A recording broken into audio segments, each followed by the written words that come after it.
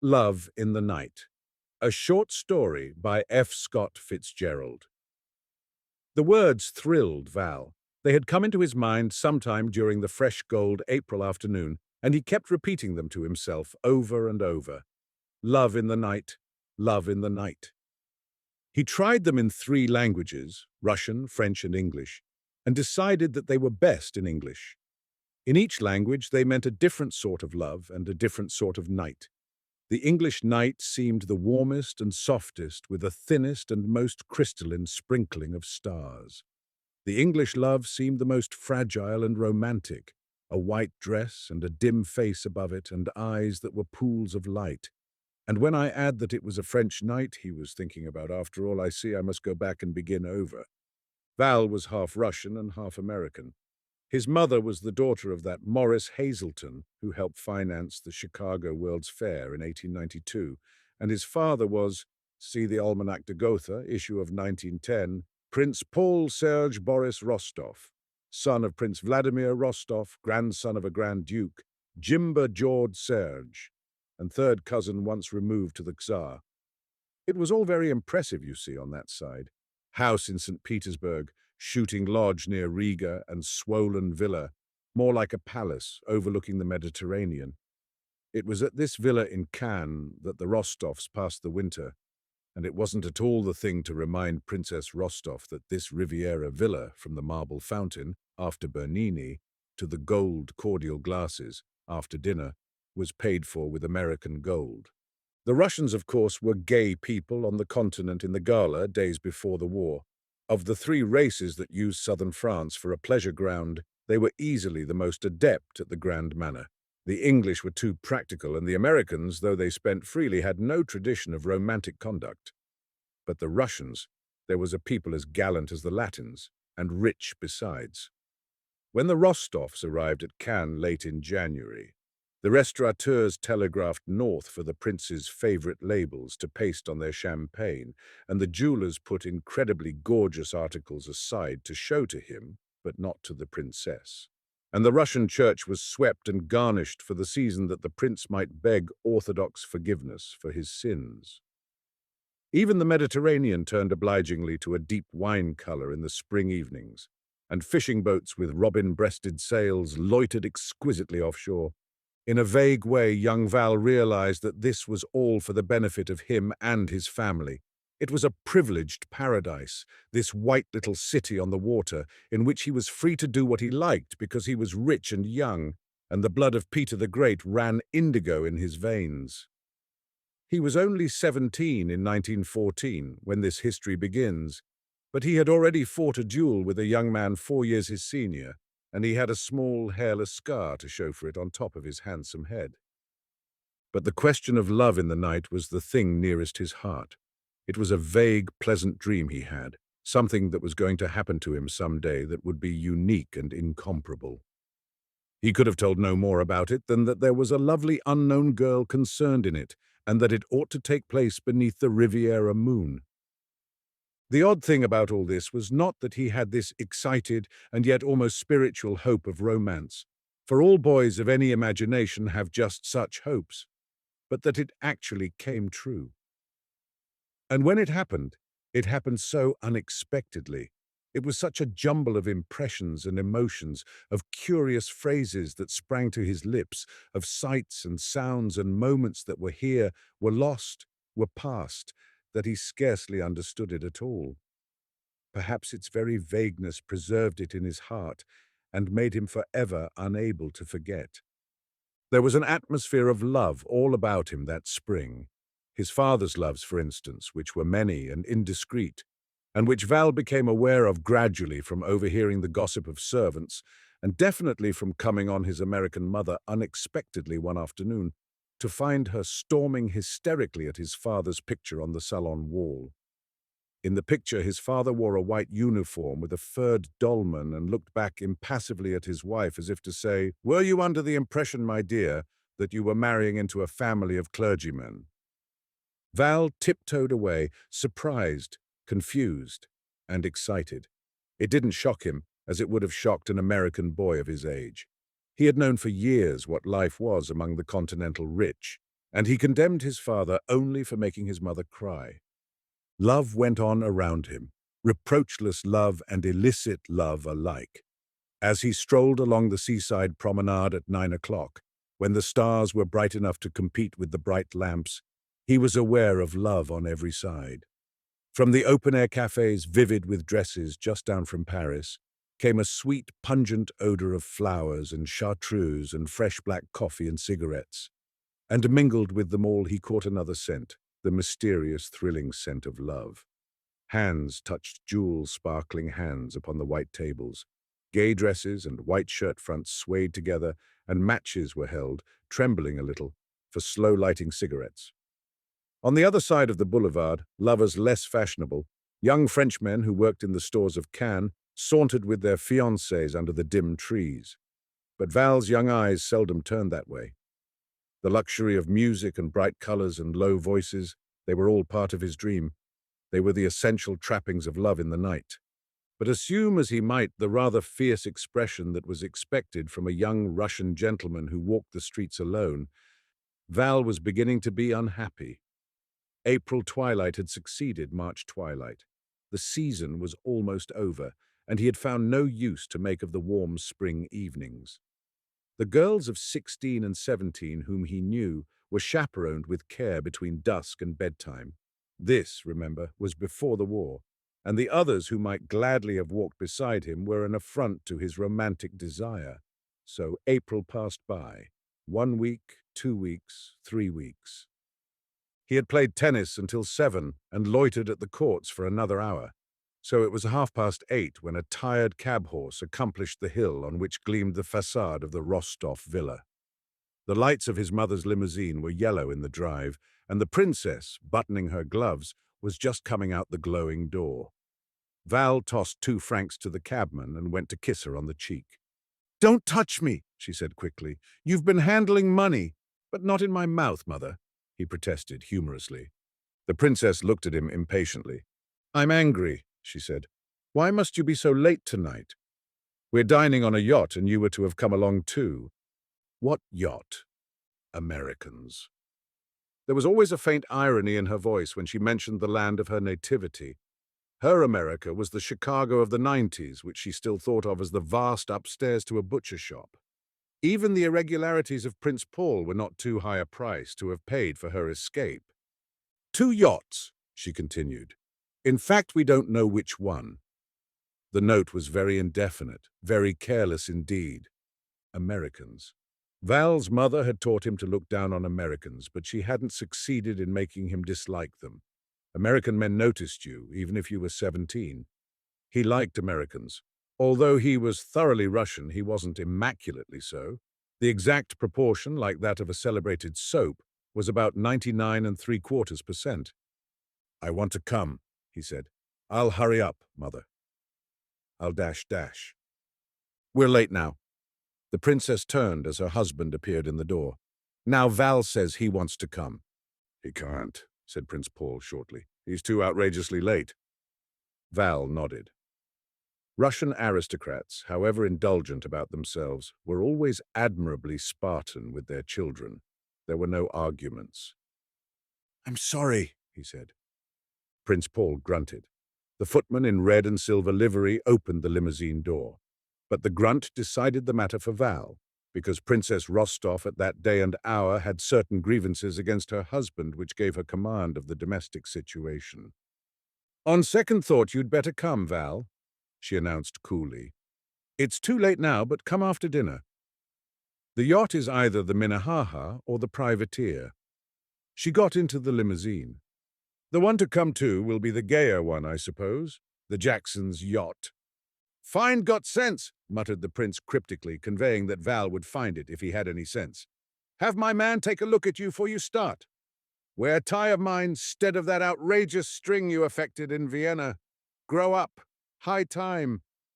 As the limousine crawled crackling down the pebbled drive, Val's face was burning. Second. It was dark in Cannes Harbour. Rather, it seemed dark after the brightness of the promenade that Val had just left behind. 3 frail dock lights glittered dimly upon innumerable fishing boats heaped like shells along the beach. Farther out in the water there were other lights where a fleet of slender yachts rode the tide with slow dignity, and farther still a full, ripe moon made the water bosom into a polished, dancing floor. Occasionally there was a swish, creak, drip, as a rowboat moved about in the shallows and its blurred shape threaded the labyrinth of hobbled fishing skiffs and launches. Val, descending the velvet slope of sand, stumbled over a sleeping boatman and caught the rank savor of garlic and plain wine. Taking the man by the shoulders, he shook open his startled eyes. "Do you know where the Minnehaha is anchored and the privateer?" As they slid out into the bay, he lay back in the stern and stared with vague discontent at the Riviera moon. That was the right moon, all right. Frequently, 5 nights out of 7, there was the right moon. And here was the soft air, aching with enchantment, and here was the music, many strains of music from many orchestras drifting out from the shore. Eastward lay the dark Cape of Antibes, and then Nice, and beyond that Monte Carlo, where the night rang chinking full of gold. Some day he would enjoy all that too, know its every pleasure and success, when he was too old and wise to care. But tonight, that stream of silver that waved like a wide strand of curly hair toward the moon, those soft romantic lights of Cannes behind him, the irresistible, ineffable love in this air, that was to be wasted forever. "Which one?" asked the boatman suddenly. "Which what?" demanded Val, sitting up. "Which boat?" He pointed. Val turned. Above hovered the grey, sword-like prow of a yacht. During the sustained longing of his wish, they had covered 1/2 mile. He read the brass letters over his head. It was the privateer, but there were only dim lights on board, and no music and no voices, only a murmurous K-plash at intervals as the small waves lapped at the sides. "The other one," said Val. "The Minnehaha." "Don't go yet." Val started. The voice, low and soft, had dropped down from the darkness overhead. "What's the hurry?" said the soft voice. "Thought maybe somebody was coming to see me, and have suffered terrible disappointment." The boatman lifted his oars and looked hesitatingly at Val. But Val was silent, so the man let the blades fall into the water and swept the boat out into the moonlight. "Wait a minute," cried Val sharply. "Goodbye," said the voice. "Come again when you can stay longer." "But I am going to stay now," he answered breathlessly. He gave the necessary order, and the rowboat swung back to the foot of the small companionway. Someone young, someone in a misty white dress, someone with a lovely low voice had actually called to him out of the velvet dark. "If she has eyes," Val murmured to himself. He liked the romantic sound of it and repeated it under his breath. "If she has eyes." "What are you?" She was directly above him now. She was looking down, and he was looking up as he climbed the ladder, and as their eyes met, they both began to laugh. She was very young, slim, almost frail, with a dress that accentuated her youth by its blanched simplicity. 2 wan, dark spots on her cheeks marked where the color was by day. "What are you?" she repeated, moving back and laughing again as his head appeared on the level of the deck. "I'm frightened now, and I want to know." "I am a gentleman," said Val, bowing. "What sort of a gentleman?" "There are all sorts of gentlemen. There was a colored gentleman at the table next to ours in Paris, and so—" She broke off. "You're not American, are you?" "I'm Russian," he said, as he might have announced himself to be an archangel. He thought quickly and then added, "And I am the most fortunate of Russians. All this day, all this spring I have dreamed of falling in love on such a night, and now I see that heaven has sent me to you." "Just one moment," she said with a little gasp. "I'm sure now that this visit is a mistake. I don't go in for anything like that. Please." "I beg your pardon." He looked at her in bewilderment, unaware that he had taken too much for granted. Then he drew himself up formally. "I have made an error. If you will excuse me, I will say good night." He turned away. His hand was on the rail. "Don't go," she said, pushing a strand of indefinite hair out of her eyes. "On second thoughts, you can talk any nonsense you like if you'll only not go." I'm miserable, and I don't want to be left alone. Val hesitated. There was some element in this that he failed to understand. He had taken it for granted that a girl who called to a strange man at night, even from the deck of a yacht, was certainly in a mood for romance, and he wanted intensely to stay. Then he remembered that this was one of the 2 yachts he had been seeking. "I imagine that the dinner's on the other boat," he said. "The dinner? Oh, yes, it's on the Minnehaha. Were you going there?" "I was going there a long time ago." "What's your name?"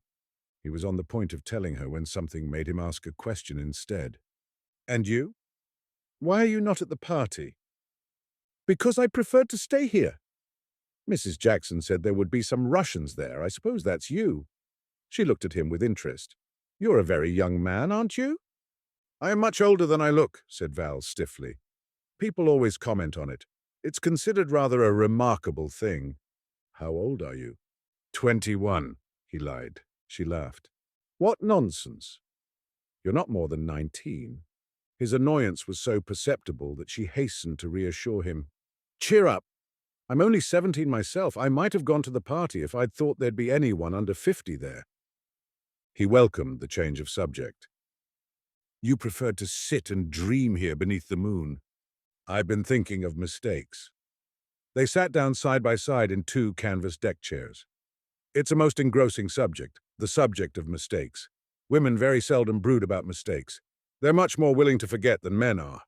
But when they do brood—" "You have made a mistake?" inquired Val. She nodded. "Is it something that cannot be repaired?" "I think so," she answered. "I can't be sure." "That's what I was considering when you came along." "Perhaps I can help in some way," said Val. "Perhaps your mistake is not irreparable after all." "You can't," she said unhappily, "so let's not think about it. I'm very tired of my mistake, and I'd much rather you tell me about all the gay, cheerful things that are going on in Cannes tonight."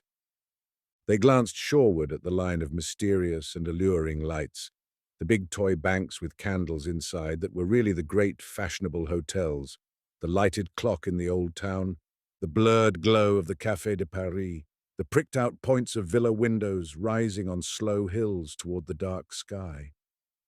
"What is everyone doing there?" she whispered. "It looks as though something gorgeous was going on, but what it is I can't quite tell." "Everyone there is making love," said Val quietly. "Is that it?" She looked for a long time with a strange expression in her eyes. "Then I want to go home to America," she said. "There is too much love here. I want to go home tomorrow." "You are afraid of being in love then?" She shook her head. "It isn't that. It's just because there is no love here for me." "Or for me either," added Val quietly. "It is sad that we two should be at such a lovely place on such a lovely night and have nothing." He was leaning toward her intently with a sort of inspired and chaste romance in his eyes, and she drew back. "Tell me more about yourself," she inquired quickly. "If you are Russian, where did you learn to speak such excellent English?" "My mother was American," he admitted. "My grandfather was American also, so she had no choice in the matter." "Then you're American too?" "I am Russian," said Val with dignity. She looked at him closely, smiled, and decided not to argue. "Well then," she said diplomatically, "I suppose you must have a Russian name." But he had no intention now of telling her his name. A name, even the Rostoff name, would be a desecration of the night. They were their own low voices, their 2 white faces, and that was enough. He was sure, without any reason for being sure, but with a sort of instinct that sang triumphantly through his mind, that in a little while, a minute or an hour, he was going to undergo an initiation into the life of romance. His name had no reality beside what was stirring in his heart. "You are beautiful," he said suddenly. "How do you know?" "Because for women, moonlight is the hardest light of all." "Am I nice in the moonlight?" "You are the loveliest thing that I've ever known." "Oh," she thought this over. "Of course I had no business to let you come on board. I might have known what we'd talk about, in this moon. But I can't sit here and look at the shore forever. I'm too young for that. Don't you think I'm too young for that? Much too young, he agreed solemnly. Suddenly, they both became aware of new music that was close at hand, music that seemed to come out of the water not 100 yards away. Listen, she cried. It's from the Minnehaha. They finished dinner. For a moment, they listened in silence. Thank you, said Val suddenly. For what? He hardly knew he had spoken.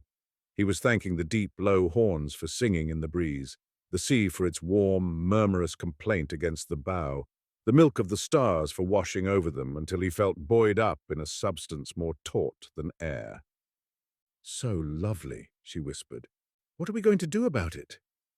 Do we have to do something about it? I thought we could just sit and enjoy. You didn't think that, he interrupted quietly.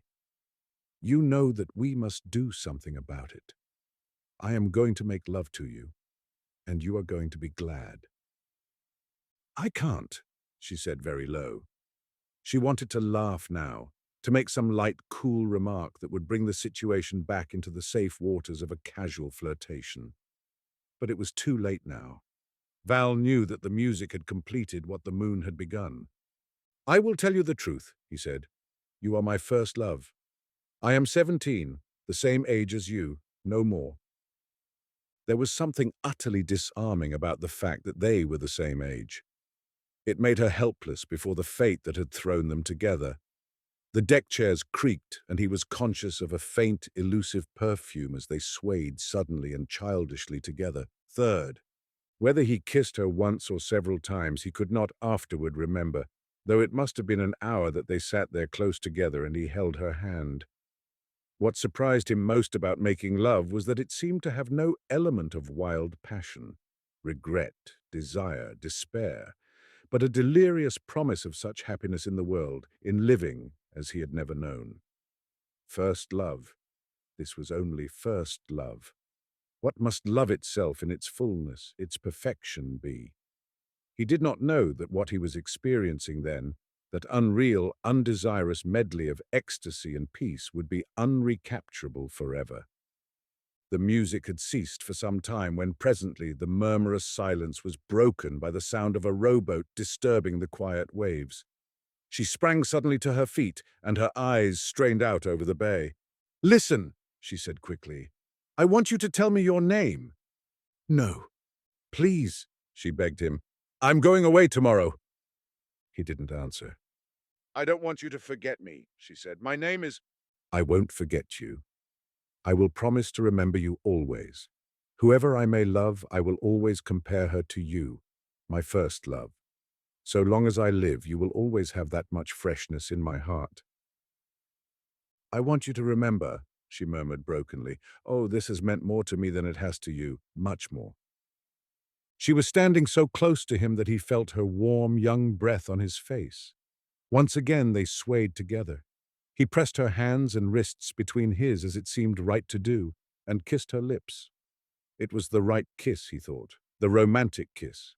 Not too little or too much. Yet there was a sort of promise in it of other kisses he might have had, and it was with a slight sinking of his heart that he heard the rowboat close to the yacht and realized that her family had returned. The evening was over. And this is only the beginning, he told himself. All my life will be like this night. She was saying something in a low, quick voice, and he was listening tensely. You must know one thing. I am married. 3 months ago. That was the mistake that I was thinking about when the moon brought you out here. In a moment you will understand. She broke off as the boat swung against the companionway, and a man's voice floated up out of the darkness. Is that you, my dear? Yes. What is this other rowboat waiting?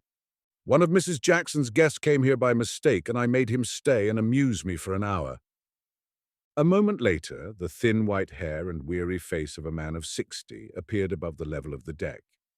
And then Val saw and realized too late how much he cared. Fourth, when the Riviera season ended in May, the Rostoffs and all the other Russians closed their villas and went north for the summer. The Russian Orthodox Church was locked up, and so were the bins of rarer wine, and the fashionable spring moonlight was put away, so to speak, to wait for their return. "We'll be back next season," they said as a matter of course. But this was premature, for they were never coming back anymore. Those few who straggled south again after 5 tragic years were glad to get work as chambermaids or valets de chambre in the great hotels where they had once dined. Many of them, of course, were killed in the war or in the revolution. Many of them faded out as spongers and small cheats in the big capitals. And not a few ended their lives in a sort of stupefied despair. When the Kerensky government collapsed in 1917, Val was a lieutenant on the Eastern Front, trying desperately to enforce authority in his company long after any vestige of it remained. He was still trying when Prince Paul Rostoff and his wife gave up their lives one rainy morning to atone for the blunders of the Romanovs, and the enviable career of Maurice Hazelton's daughter ended in a city that bore even more resemblance to a butcher shop than had Chicago in 1892. After that, Val fought with Denikin's army for a while until he realized that he was participating in a hollow farce and the glory of Imperial Russia was over. Then he went to France and was suddenly confronted with the astounding problem of keeping his body and soul together. It was, of course, natural that he should think of going to America. 2 vague aunts with whom his mother had quarreled many years ago still lived there in comparative affluence. But the idea was repugnant to the prejudices his mother had implanted in him, and besides, he hadn't sufficient money left to pay for his passage over. Until a possible counter-revolution should restore to him the Rostov properties in Russia, he must somehow keep alive in France. So he went to the little city he knew best of all. He went to Cannes. His last 200 francs bought him a third-class ticket, and when he arrived he gave his dress suit to an obliging party who dealt in such things and received in return money for food and bed. He was sorry afterward that he had sold the dress suit, because it might have helped him to a position as a waiter. But he obtained work as a taxi driver instead, and was quite as happy, or rather quite as miserable at that. Sometimes he carried Americans to look at villas for rent, and when the front glass of the automobile was up, curious fragments of conversation drifted out to him from within. "Heard this fellow was a Russian prince." "Shh. No, this one right here. Be quiet, Esther." Followed by subdued laughter. When the car stopped, his passengers would edge around to have a look at him. At first, he was desperately unhappy when girls did this. After a while, he didn't mind any more. Once, a cheerfully intoxicated American asked him if it were true and invited him to lunch. And another time, an elderly woman seized his hand as she got out of the taxi, shook it violently, and then pressed a 100-franc note into his hand. "Well, Florence, now I can tell him back home I shook hands with a Russian prince." The inebriated American who had invited him to lunch thought at first that Val was a son of the Tsar, and it had to be explained to him that a prince in Russia was simply the equivalent of a British courtesy lord. But he was puzzled that a man of Val's personality didn't go out and make some real money. "This is Europe," said Val gravely. "Here money is not made.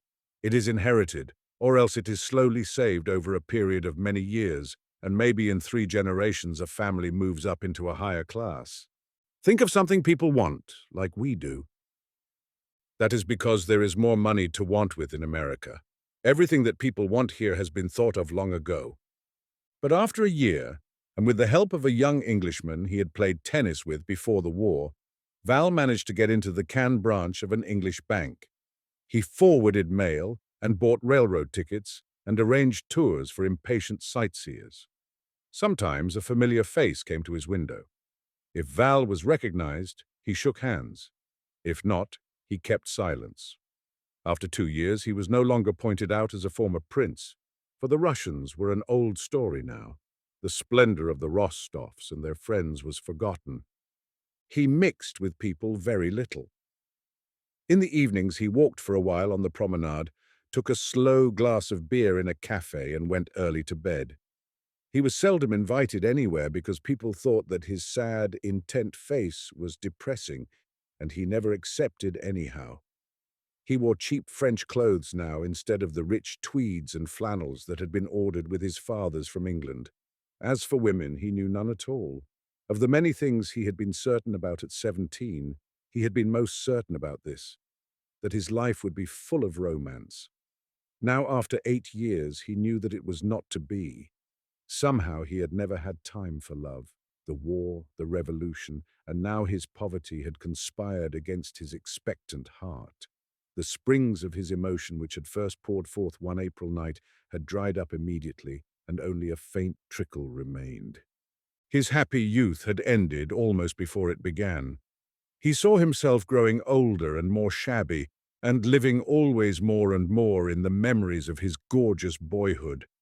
Eventually, he would become absurd, pulling out an old heirloom of a watch and showing it to amused young fellow clerks who would listen with winks to his tales of the Rostoff name. He was thinking these gloomy thoughts one April evening in 1922, as he walked beside the sea and watched the never-changing magic of the awakening lights. It was no longer for his benefit, that magic, but it went on, and he was somehow glad. Tomorrow he was going away on his vacation to a cheap hotel farther down the shore where he could bathe and rest and read. Then he would come back and work some more. Every year for 3 years he had taken his vacation during the last 2 weeks in April, perhaps because it was then that he felt the most need for remembering. It was in April that what was destined to be the best part of his life had come to a culmination under a romantic moonlight. It was sacred to him, for what he had thought of as an initiation and a beginning had turned out to be the end. He paused now in front of the Café des Étrangers, and after a moment crossed the street on impulse and sauntered down to the shore. A dozen yachts, already turned to a beautiful silver color, rode at anchor in the bay. He had seen them that afternoon and read the names painted on their bows, but only from habit. He had done it for 3 years now, and it was almost a natural function of his eye. "Un beau soir," remarked a French voice at his elbow. It was a boatman who had often seen Val here before. "Monsieur finds the sea beautiful." "Very beautiful." "I too, but a bad living except in the season. Next week, though, I earn something special. I am paid well for simply waiting here and doing nothing more from 8 o'clock until midnight." "That's very nice," said Val politely. "A widowed lady, very beautiful, from America, whose yacht always anchors in the harbor for the last 2 weeks in April. If the privateer comes tomorrow, it will make 3 years. V.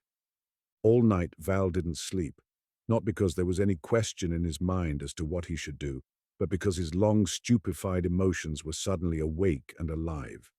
Of course he must not see her. Not he, a poor failure with a name that was now only a shadow, but it would make him a little happier always to know that she remembered. It gave his own memory another dimension, raised it like those stereopticon glasses that bring out a picture from the flat paper. It made him sure that he had not deceived himself.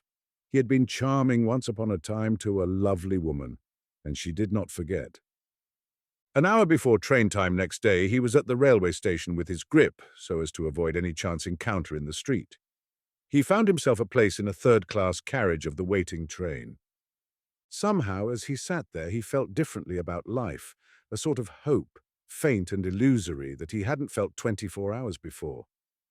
Perhaps there was some way in those next few years in which he could make it possible to meet her once again, if he worked hard, threw himself passionately into whatever was at hand. He knew of at least 2 Russians in Cannes who had started over again with nothing except good manners and ingenuity, and were now doing surprisingly well. The blood of Maurice Hazelton began to throb a little in Val's temples, and made him remember something he had never before cared to remember, that Maurice Hazelton, who had built his daughter a palace in St. Petersburg, had also started from nothing at all. Simultaneously, another emotion possessed him, less strange, less dynamic, but equally American, the emotion of curiosity. In case he did, well, in case life should ever make it possible for him to seek her out, he should at least know her name. He jumped to his feet, fumbled excitedly at the carriage handle, and jumped from the train. Tossing his valise into the check room, he started at a run for the American consulate. "A yacht came in this morning," he said hurriedly to a clerk. An American yacht, the privateer. I want to know who owns it. Just a minute, said the clerk, looking at him oddly. I'll try to find out. After what seemed to Val an interminable time, he returned. Why, just a minute, he repeated hesitantly. It seems we're finding out. Did the yacht come? Oh, yes, it's here all right, at least I think so. If you'll just wait in that chair. After another 10 minutes, Val looked impatiently at his watch. If they didn't hurry, he'd probably miss his train. He made a nervous movement as if to get up from his chair. Please sit still, said the clerk, glancing at him quickly from his desk. I ask you, just sit down in that chair. Val stared at him. How could it possibly matter to the clerk whether or not he waited? I'll miss my train, he said impatiently. I'm sorry to have given you all this bother. Please sit still. We're glad to get it off our hands. You see, we've been waiting for your inquiry for, 3 years. Val jumped to his feet and jammed his hat on his head. Why didn't you tell me that? He demanded angrily. Because we had to get word to our client. Please don't go. It's too late. Val turned. Someone slim and radiant with dark, frightened eyes was standing behind him, framed against the sunshine of the doorway. Why? Val's lips parted, but no words came through. She took a step toward him. She looked at him helplessly, her eyes filling with tears. I just wanted to say hello, she murmured. I've come back for 3 years just because I wanted to say hello. Still, Val was silent. You might answer, she said impatiently.